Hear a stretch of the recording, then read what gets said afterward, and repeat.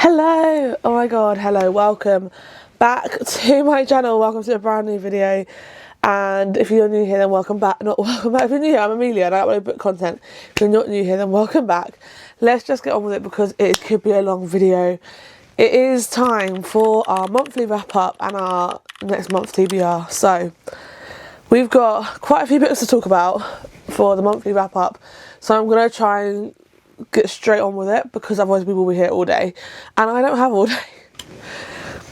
However, in March I had a pretty good reading month. First of all, I can say we successfully read, or at least if not read, DNF'd, but have completed the whole TBR of the month. And I think it's my first time ever since creating TBRs have I completed the whole TBR of the month. So please, let's have a round of applause for a moment whilst that car decides to make a little noise, or motorbike, I don't know. Anyway, we read 10 books and I have DNF'd 4 books in the month of March, so technically 14 books if you want to say read. I can't say read. Now, 2 of these books are soft DNFs, and I'll explain as I get to it. I don't know where to start with. I think we should start with the DNFs, get that over and done with, and then move to what I read, because otherwise we'll be here all day. We're going to start with the ones I soft DNF'd because I feel like this is going to be controversial, but I'll explain why. I have soft DNF'd Empire Storms and Tower of Dawn. So you can see I even tabbed, and I've taken the tabs out of where I got up to, and so luckily I've got them on my Kindle, so I'm going to be reading it on my Kindle when I do come back to it. But DNF Empire Storms and Tower of Dawn, this is a soft DNF because, and I'll get to it when I get to the book before this, which I did finish in the month of March, and I'll explain my thoughts then. I definitely left this series too long. Like, I should have read it a bit more continuously and more close together, because I feel like I just don't have the sense of love for it, and I didn't care enough for the stories in the slightest. So when I was trying to read these books, and like, bearing in mind I read more of this one than Tower of Dawn, because this one you have to read a certain amount before you get it's confusing, and I'm part of me thinking maybe I just read it on its own, or do it. I don't know, because I feel like I want the emotional experience. However, everyone loves the series and I'm trying to figure out why, because for me I can't get into it. So I feel like although I've made such a good dent into it so far, but I feel like I need to restart from the beginning. So at some point I will restart the whole series from the top to the bottom. I might just miss out Assassin Plays, but yeah, I do want to give this a go. I just think right now it wasn't the right time. I think I need to go back to the beginning and start again to remind myself what happened. I know I could watch recap videos, and there's a chance I might just do that and then get to this, but I think it wasn't the right time. I was hoping it would be, but it's not the right time. But you'll see this in an upcoming video because I do start it. And I was scared when I was reading it, if I'm gonna force myself to read it, I'll put myself in a slump. And I'm like, I haven't had a slump in a year and a half. I don't need to get one right now. I then DNF'd Let's Make a Scene by Laura Wood. I just couldn't get into it. I listened to about 30% of the audiobook and I just was getting annoyed by absolutely everything. The guy in it was annoying me, like everything, especially the past timeline, and I don't know, I just couldn't get into it at all. And I was like, you know what, this is just not it for me. So I DNF'd Let's Make a Scene by Laura Wood. I was just like, it is not the story for me today, or at the time. So unfortunately that's a DNF. And then the final book I DNF'd was A Cornish Hideaway by Jennifer Bibby. I've had this on my TBR for quite a while, and I just, again, couldn't get into it either. I just felt a bit like, I don't know, I just didn't have that enjoyment. Okay, like maybe it's because I listened to an audiobook, but when I was trying to pick it up physically, I was just like, I don't want to read this. So I think, yeah, no, it's not, I think I've DNF'd this book. So these 2 were both on my TBR for the month. So that's 2 out of the 8 books on my TBR. So 6 of them have been read, which is pretty good. But now we are going to get on with the 10 books I actually read, because I think that's what we're here for, and I want to talk positive rather than negative. When I say we had a really good reading month, I don't just mean how many books I've actually read. I actually mean on the star ratings. It was in a very, very good reading month. To be fair, a very good reading year, and I'm starting to think, am I not being that critical because I've given a lot of books good ratings this year, which is actually mad. But we're going to start with the book I was finishing if you watched my last wrap up, I think I might have mentioned it, and if I didn't, I was finishing this book as the month wrapped up, but I didn't finish it until the beginning of this month, I think. I can't really remember, I'm pretty sure it's the beginning of this month, but I read Caught Up by Liz Tom Ford. This book is, I don't know if it's Tom Ford or Tom Fordy. Everyone keeps now saying Tom Fordy, so maybe it's Tom Fordy. But this is the third book in the Windy City series. This was a reread. I did read it last year. Absolutely loved it last year. However, I think I gave it like a 4.5 star rating last year. I've upped it to 5 stars. Because this book, this and Play Along have stuck with me since I read it last year. Out of all of the 5 books, the story just, it stays there. I know exactly what happens. I can tell you to pinpoint things that have happened. I can still pinpoint most things that happened in the other 3, but these 2 just stuck with me. So it just made, so I was questioning why I did not give it a 5 star a year ago. But I absolutely loved reading and listening as well to Kai and Miller's story again. I just loved the single dad nanny trope. That is one of my favourite tropes.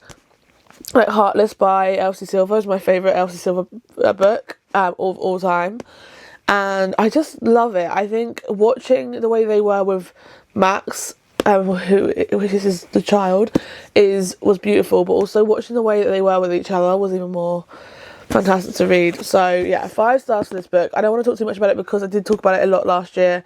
It was in my wrap up last year, and obviously I read it for the first time last year, so. And the video you watched before this one you're watching now, or if you've watched it, is a reread video where I read this in it. So definitely recommend you watch that. You can get my thoughts. But I absolutely love this book, and I'm so happy that I can say I've read this book twice now and have upped the rating to 5 stars. So,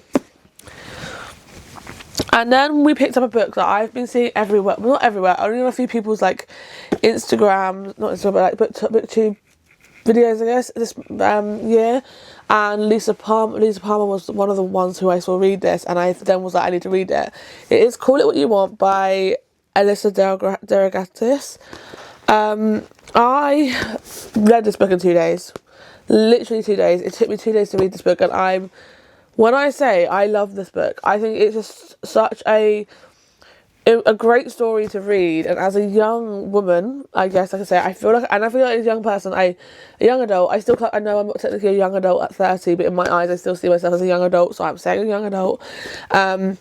But it reminds me of me when I was at uni and I was about 22, and I was kind of in this exact situation of being in a situationship, and the way it was, and I was like reading, and I was getting annoyed with her because I'm like, why are you doing this to yourself? But I know what she's been through. I went through it, and I think it felt so real. And I think some people didn't like it because it just felt stupid. Like, she kept going back. I was like, yeah, but if you've ever been in that situation, you know what it's like. And I know you want to read fiction to get out of reality, but sometimes it's nice to have something that you can relate to. And I felt so like I could relate to Sloane in this book, and it just felt so real. And I was like, I actually loved it. I gave it 5 stars. This was such an easy bingeable book, and it just made it was making my days when I was reading. I was having a good time. I just didn't want to put it down, which is obviously why it took me 2 days to read it. It is also a short book, so it wasn't like it was a hefty book. And I would do anything to go back and reread it and annotate it, because I honestly want to actually annotate it. It's one of those books I'm definitely keeping, and I want to be able to annotate it and stuff. So one day maybe I will, because I just feel like I want to be back in the world of this. So yeah. Then we finished listening to Queen of Shadows by Sarah J. Maas. I said we would get to it when I was talking about the tandem read.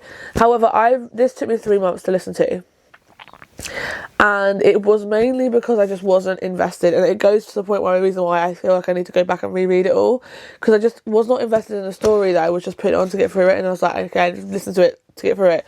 Now, saying that, when I did actually end up basically binge listening to it over like 3 days, the last 60%, I really enjoyed it, and I really enjoyed the story, and I really enjoyed Selena and Selena, the story, we'll go with that.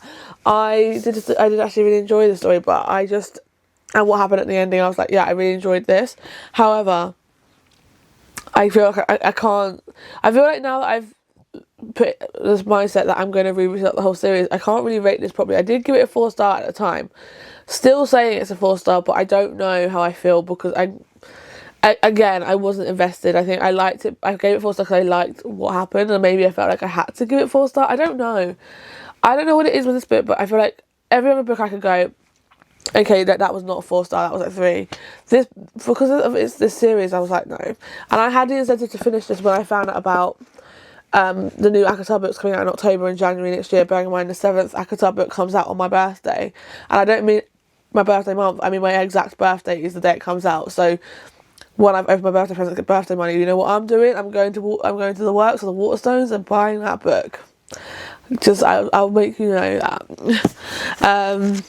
However, yeah, I gave it a 4 star at the time. Don't know if that's actually how I feel. I honestly couldn't tell you if this is how I feel about the book, but yeah. I then read a book called A Tongue So Sweet and Deadly by Sophia St. Germain. I thoroughly enjoyed this book. I think, okay, I do agree with people some say at the beginning was a bit slow. It was a bit slow and it was a bit slow. I was like, okay, we could have moved past that. However, I really, really enjoyed it. I won't lie to you. If you know me by now, you know I forget stupid little things. I forget names from books. I don't have the books here to flick through. My phone is up there. I'm not going to get it.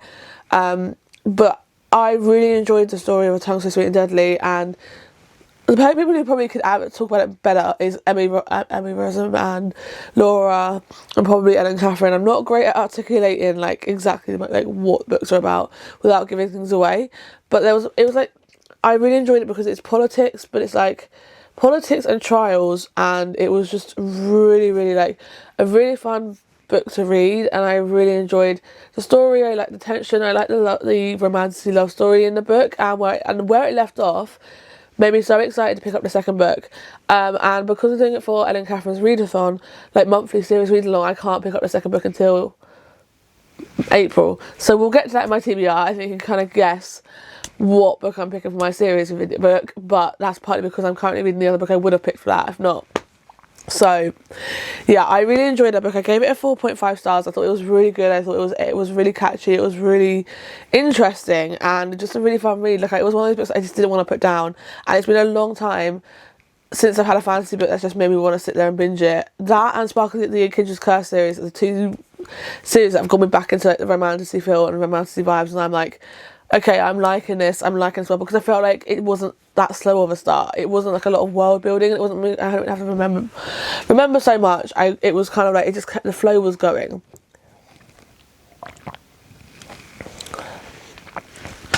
Then I listened to the audiobook for Harry Potter and the Order of the Phoenix, full cast recording. If you weren't around in January, you won't know that I have made it my mission this year to really listen to the Harry Potter books. I'm trying to keep this short and sweet because I know there's a lot of controversy going on with J.K. Rowling again. But these books kind of have a soft spot in my heart, and I know it's difficult, and I don't want to talk about it because that's not what this channel's for. However, I did listen to the full cast recording, loved the full cast recording of this. This is my favourite book of the whole series and the favourite film of the whole series, so yeah, obviously 5 stars. And then I read In Your Dreams by Sarah Adams. This is the last book in the When in Rome series, and I'm quite sad about that because I absolutely loved and adored this series from top to bottom. I thoroughly enjoyed this book. This is James and Madison's story. If you've read the other books, you've heard about Madison through all 3 of the other books. So at that time we got her book and her story, and James is like a family friend, has been around her whole life, and I would say it's like a kind of a friends to lovers situation, but it's kind of not. I don't really know how to describe it, but because I wouldn't say they're like besties, they were just like tolerable. He's best friends with her brother. So you could say brother's best friend, but yeah, like the family friends, it moves on, and it's a small town romance. So obviously, a small town, people talk, but Madison is in New York, graduating college to become a chef. There's a lot of things that happen. She's not sure she wants to be there anymore. She needs a job, and James is wasn't, but then is opening up a restaurant at his farm, so hires Madison to do it, and you see their story progress, and honestly I absolutely adore this book. I read most of it in a 24-hour readathon that is coming up soon for you guys, but it was such a fun book to read. It was like it was the right amount of yearning, rom-com vibes. I loved this book. I love this whole series so much. I missed the feeling I had when I first read Practice Makes Perfect and When in Rome. And Beg, Borrow and Steal I read last year, so that doesn't feel that long ago, but the other two feel like so long ago, and I absolutely adored those books. So yeah, and it was nice getting to see the other characters as well in this book, and not just our main 2 characters. That's one thing I love about books like this, the Windy City series, you don't just see the couple, you see the people you've already read about, which makes reading these books just feel more like connected, because you feel like you already feel connected to them in the first place, that when you read this book you like know who they are. I loved it. I gave it a 4.5 stars. I don't really know, it wasn't a 5-star feeling, and so I was like 4.5. I was happy with that. I settled with that. I was really happy with it, and yeah, I would love to reread the whole series. I did unfortunately unhaul all the other 3 books, and I'm not really sure why. I think it's because I thought I'd never read them again, and now I want to reread them. So I probably won't reread them, and if I do, it'll be a long time. So I don't know if I'm going to keep hold of this one, because I do like it. I just don't have anywhere to put it apart from the box, and I'm trying to avoid putting the books in the box, because I forget that they're there until the end of the year, and I'm like, oh yeah. And then we read, in the same video as I read In Your Dreams, we read And Now Back to You by B.K. Borison. Look how beautiful the sprayed edges are. I read this, and I've had mixed reviews on this book, because I appreciate it. It's not everyone's cup of tea. I, however, absolutely adored this book. I loved it. You're following Jackson and Delilah. They start off with not liking each other, and then they're it's like false proximity. They're forced together. Jackson has sisters who he has custody of, so basically the parent to two twin girls, and it's just he's trying to work on that as well as his job, and he I'm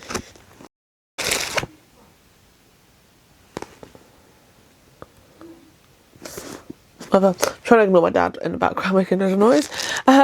He is trying to keep his job. He's not great in front of TV, and Delilah's got her own problems back home with like her granddad, and yeah, also short, I love this book. I gave it a 5 stars. It was so much fun to read. I again was giggling and kicking my feet the same I felt with First Time Caller. It's like the fact that the first 2 books in this series have been a 5-star read for me only makes me excited for the next book. I'm pretty sure there's going to be another book in the series. I might be wrong, but I'm pretty sure there is.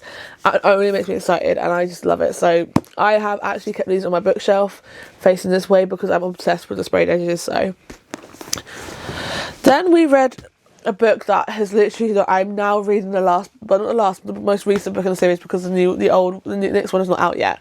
But I read Glow of the Everflame by Penn Cole. This book was everything and more of what I wanted. It is what I needed.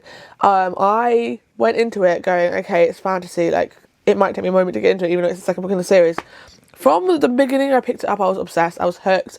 I didn't want to put it down, and luckily I didn't have to, because I was doing it for a 24-hour readathon, so I literally could just read it and not worry too much about the idea. And it literally was great, because it meant I just had to finish it straight away. I didn't have to worry about putting it down each day, because I had to go to work and I had to go to bed. I just did it for a 24-hour readathon, and it was perfect timing for this book. I adored it. It's the second book in the Kindred's Curse series. It follows DM and Luther and so many other people, and she is in her eyes she's immortal and is a healer, and then you've got the descendants like Luther who have powers. And yeah, that's all I'm going to say. I don't want to spoil it, because it is the second book in the series, and I feel like it's still quite newish to the world. I think people are still getting into it now. It's not as old as like the Throne of Glass series or Akata. It's still quite prominent and new.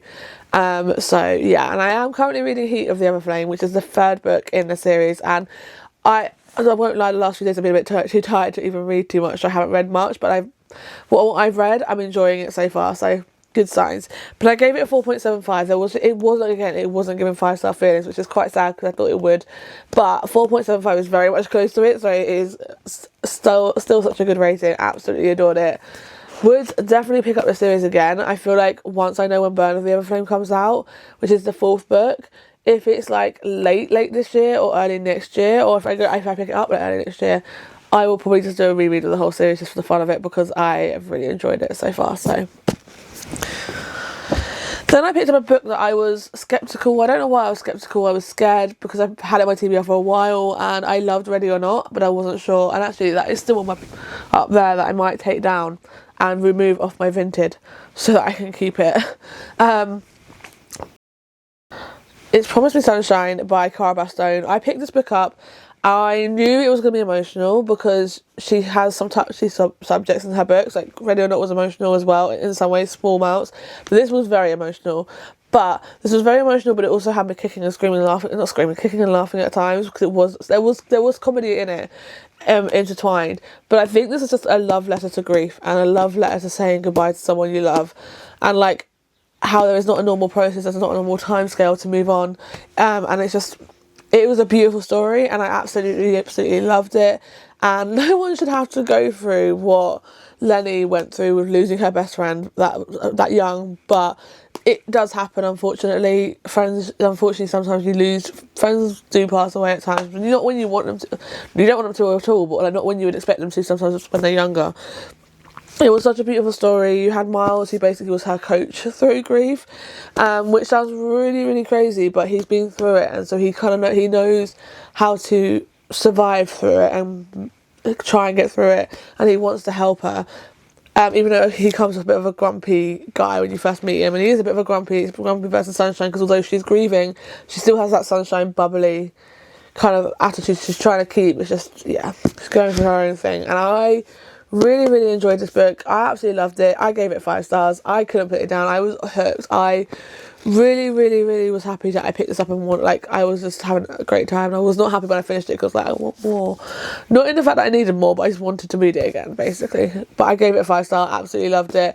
I can see why some people said that Lenny was a bit annoying at times, but in my eyes, I felt like when you're grieving someone, your personality is going to go up and down. You're going to have times when you're going to be annoying. Unfortunately, that's what it is. Like, when you're grieving someone, you can't always react like the way you would think people would react, because everyone grieves differently. For example, when my nan passed away and my granddad passed away, the way I dealt with it is humour. I'm a person who deals with grief by humour, not by just crying my eyes out and sitting there. But I also understand that that's not everyone's thing, and not everyone deals with humour. People just need time to cry, and everyone does things differently. Some people retaliate badly. I'm luckily not, obviously my grandparents, I was close to my grandparents, but obviously I kind of at some point expected that they were not going to be around. And yes, my nan did go earlier than expected, way too early actually in my eyes, and it was sad. But I haven't lost I haven't lost a parent. I'm very fortunate. I haven't lost my best friend. I don't have siblings, but I haven't lost any of my best friends yet, luckily. So I don't know how I would react to that. But I know people can go through anger. There's so many different stages of grieving that I don't think people realise that your personality will change for a time being. During that process, you're not going to be always going to be. You're going to be happy, really happy, fun one day, and then the next day you can be really moody and angry. That is quite normal for grieving, from what I know of grieving. So I think it's quite easy to say I didn't like her personality at points, and maybe there's other reasons why I didn't really look into it, but I've heard people say that. I absolutely loved it. I think it was just a real story of grief, and I think it was beautiful. And then the final book I've actually read this month, don't know why I'm slapping my leg, is King of Sloth by Anna Huang, because it's another video coming up, but I was doing my 26 TBR video, and Let's Make a Scene was on there for that video, and I actually DNF'd it, obviously, as you saw. So I then respanned the wheel to get this book, and I'm glad I've got this off my TBR, because it had been on my TBR for quite a while now, and I have got King of Envy sitting behind me that I need to get to at some point. And I love an Anna Huang book, there's no secret. She's one of my favourite authors. However, this book just didn't hit as much as the others did. I had King of Greed and King of Pride, both 5 stars, and then King of Wrath I had 4.5 stars. I loved them. This just did not hit the same. You're following Xavier and Sloane.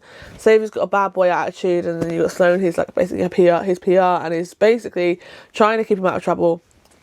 And you can see where this is going. And the premise of that sounds really fun. I really enjoy that kind of premise, but I just think I just got bored in this book. I gave it a 3.5 because there was parts where I actually enjoyed, but there was some bits I was like, I'm lost. I'm not lost in the story. I've just lost it, and I don't know. But I gave it a 3.5. I thought I did think it was a good book at points, but I just didn't love it as much as I loved the other ones. It didn't hold up the same as the other ones did. So 3.5 stars. But that is all the books that I read in the month of March. I know, quite a lot. I've been talking for 25 minutes. So I'm now going to prepare to do my TBR. We'll be back in no time at all. We are here with my TBR for April. The fact that we're in April is crazy. The fact that I'm about to go on holiday is actually crazy, and I have 2 books on my TBR for holiday that I don't think I'm going to put on my actual TBR. I'm going to try and still read my TBR, but you'll see these 2 books I'm planning to read on holiday for the long weekend I'm away for, because I'm going to be filming a little like how much I read on holiday vlog whilst I'm away, because I've now got a DJI Osmo Pocket 3, so I'm not filming on that, I'm filming on my normal Canon Powershot one. But anyway, what am I rambling on about? Anyway, let's do my TBR. If you haven't seen my last monthly TBR, I'll quickly run it over, but I have new rules for my monthly TBRs, so I can actually get books done. So I have to pick 8 books for my TBR for the month, which is a lot more than usual. However, I have been reading a lot more than usual. We'll see how long that lasts, but I have been reading a lot more. So 8 books I feel like is a really reasonable amount, because I feel like I'm reading roughly around 7 to 8 books a month, and I am doing another 24-hour readathon in April because it's Easter, so I get a 4-day weekend, so I'm like, I've got time to do 24 hours of reading and still have a life. So I'm very excited. So out of the 8 books, 6 of them have to come from my prompt jar.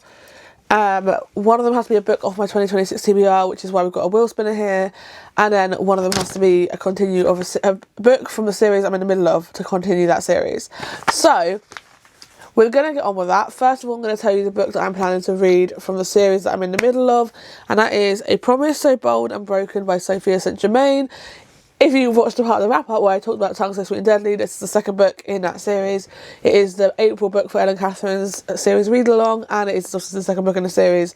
And I would like to continue that series whilst it's still fresh in my mind. I think I need to start doing that, especially with fantasy series. Like, romance series is different because most of them are, like, interconnected. But fantasy ones, I feel like if I read a series, I read one and I leave about 6-7 months to read the other one, I forget what happens in the first one. So, need to keep it quite close together. So we're doing that one. I'm very excited to read that in April. I'm probably going to do that in my 24-hour readathon, because why not? For my 2026 TBR, the book of my 2026 TBR, I will spin a spinny wheel. But just to go over the ones that I left on my TBR for 2026, we have Falling for the Royal Guard, The Nightingale. Oh, that can come off. King of Sloth can come off. Roseblood, Diabound, The Devil She Knows, Quicksilver, Beartown, The 3 Lives of Kate K, Rewitched, Foxglove, My Roommate is a Vampire. This book can come off it as well. Unsteady was on there, but I've read that. Love Arranged, Wildcard, The Paradise Problem, and Assistant to the Villain. So I'm going to get my screen recorder up. I'm going to put this on silent because I really don't want to hear this sound. I don't know why, it just annoys me. So we're going to spin the wheel and find out what book we are reading for my 2026 TBR.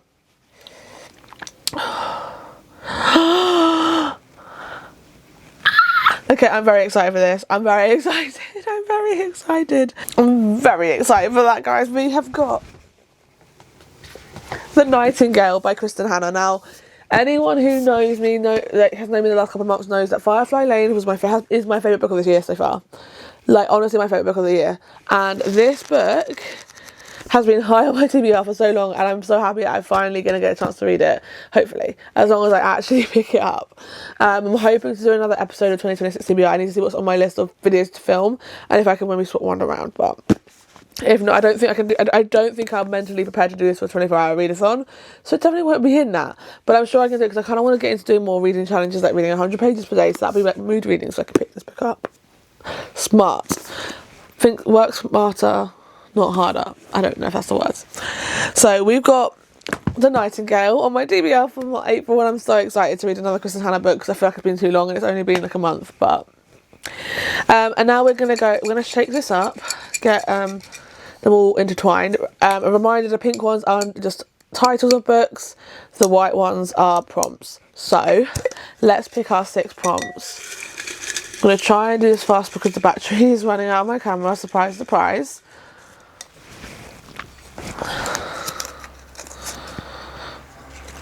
A book featuring your favourite trope. These ones I always hate. I do these prompts. I'm like, why do I do it? Because I have to figure out which one has my favourite prompts in. I mean, I know one. And I'm looking right at it. Because I know what trope it is. So I'm going to go with it. Why is my toothbrush on top of it? I don't know. we are going to go with Love Arranged because I absolutely do love arranged marriages tropes. I haven't read many, but I know it's one of my favourites because I loved other ones I've read of it when I have read it. So yeah, Love Arranged by Lauren Asher. Also, I love Lauren Asher, so it works. And I feel like this was an easy way to get this book on my TBR, to get this off, to finish the series, because I could potentially now do another 26 TBR video, because this is also my 2026 TBR, as we just heard. So this is perfect. So it follows Lorenzo and Lily, and it says one fake relationship with an expiration date. Fake dating, even, I should say. I love fake dating, and so arranged marriage, fake dating, same thing in my head. In my head, that's the same. I know it's not, but absolutely love. So that's first prompt picked. It took me a little bit longer to explain it, but let's pick the next prompt. I would like to get a pink one, but we'll see what happens. I can't see what I'm doing. There's another prompt. I can tell just because it's white. A book you were meant to read last year. A lot of things on this TBR, to be honest. I'm trying to keep it relatively not too chunky books, because I do want to complete the TBR this month, and I know if I put chunky books on it, it's going to be harder to.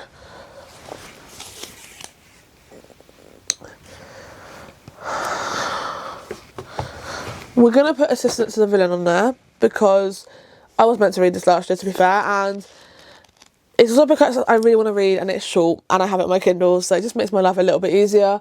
I was going to go with like Diabound, Quicksilver, or Rewitched. Not really in the mood for Rewitched. I do like those books right now. Why do I look like my hair is thinning out? Like, come on. Yeah. But so we're going with Assistant to the Villain, and I'm really excited to get to this book, because I've heard nothing but good things. So yeah. Next one. We actually have got a pink prompt, which is good, and I can't open it. It's a Kindle Unlimited one, but I got The Inmate, which is by Frida McFadden. It is a thriller, which is actually good because I really want to get through it on my TBR. So The Inmate by Frida McFadden. I'm going to see if my friend's read that, just so she can give me an idea if she liked it or not, because my friend at work is really into her thrillers. She loves Frida McFadden, so yeah, I like to see what she thinks of it. I'm trying to get hold of one and I keep dropping it. Okay, this is, I think, a short one. This might be a newish prompt in there, because yeah, it is, and it is a free pick, so I can pick whatever book I want. That's fun. What book do I really want to get to this month? Like, thinking what I could do in my 24-hour readathon. Because like The Inmate I could do, the Assistant to the Villain I could do in my 24-hour readathon. I've got so many books in here that I want to get to. Could do The Night We Met. Oh, I don't think I'm ready for that. Do you know what, we're going to do this because I want to get to it, because my friend gave it to me and she recommended it so much, and it would be a really easy read, I think, for my 24-hour readathon. So potentially Falling Half of the Royal Guard by Megan Clawson. I'm not a fan of this font though. I don't know why, but reading bits of this font I struggle with, but I will hopefully enjoy it. I do love that it's got like a map. That's really cool. So we got that for my free pick. That's really exciting. So that's 1, 2, 3. We've got 3 more prompts, guys. Oh, it's another pink one. We love when we get a mix, because this makes my life easier. This might end up going my 24-hour readathon instead. But Wild Card by Elsie Silver. I need to read this book, because I don't know if it's the last one in the Rose Hill series. I think it is, but I can't remember. I'm pretty sure it is, because she's got Fever Dream coming out this year, which is really exciting, because I'm going to like now correlate that with Alex Warren's strong Fever Dream. But I'm so excited to pick this up. I've got his ex-boyfriend's dad, Sebastian. So that's going to be fun, and I'm excited but also intrigued. I didn't love Wild Side. I enjoyed Wild Eyes. Didn't enjoy Wild Side, but we will see how I feel about this book, but I'm excited to get to it. So that's 4. 2 more to go.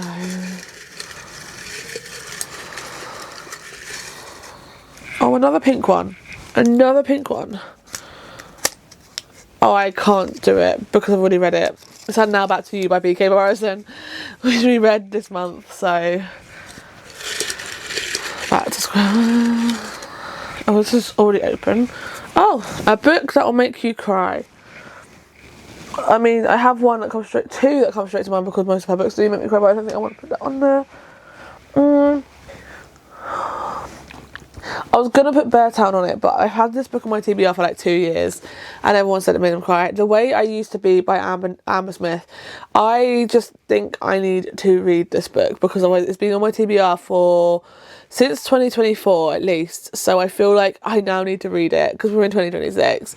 I don't really remember what I've heard about this, but I know everyone I've seen read it has cried. So, and I'm an easy crier. I'm an easy target to cry. Like, I cry at a lot of things, and books, if they're emotional, I will cry at. So, that's not really long. So, one more prompt, guys, and then I'll quickly run through what books we got.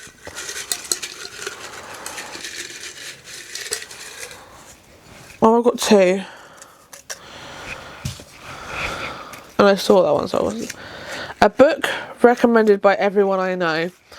Does that mean like personally? I don't know why I write that. Oh god. Okay, I'm just gonna do it because I feel like I've seen it everywhere on BookTube. Beartown. So I do get this to get on my TBR because maybe I could do that video where I go reading books that I think that people say will make me cry. And I could do that with smart idea. Again, think smarter, think harder, I don't know. Work hard, smarter, not harder, I think. I don't know. But Beartown by Frederick Backman. I really want to get into this book. I've got it on my Kindle as well, so it'll be easier. And I just think it's one of those books I've heard so many people talk about that I need to read soon, otherwise I'm not going to read it. So, yeah. So, now we can just quickly go through my TBR for the month. Obviously, we've got a book that everyone talks about. We've got Frederick Backman, Beartown. Exciting. I'll put it down here. A book that'll make me cry, The Way I Used to Be by Amber Smith. Wild Card by Elsie Silver. Falling Hard for the Royal Guard by Megan Clawson. The Inmate by Frida McFadden, which I'm really excited for. Assistant to the Villain by Hannah Nicole Mayer. For a book featuring your favourite trope, we have Love Arranged by Lauren Asher. Then we have A Promise So Bold and Broken by Sophia St. Germain from the Compelling Fate saga. For my continuing series. Continuing a book I'm in the middle of. Continuing a book from a series I'm in the middle of. Words are not coming to me. Sorry, guys. And then for my 2026 TBR, we have The Nightingale by Kristen Hanna. So I potentially could, if I'm good enough, read 3 books in one video, because I could do this, The Way It Used to Be, and Beartown, because people said this made them cry as well. So I'm gonna sit down and work out my videos for the next month, but that is the end of this video. I do hope you enjoyed it. If you did, please give it a thumbs up, please comment down below, please subscribe, and I'll see you again next week with another video. Bye.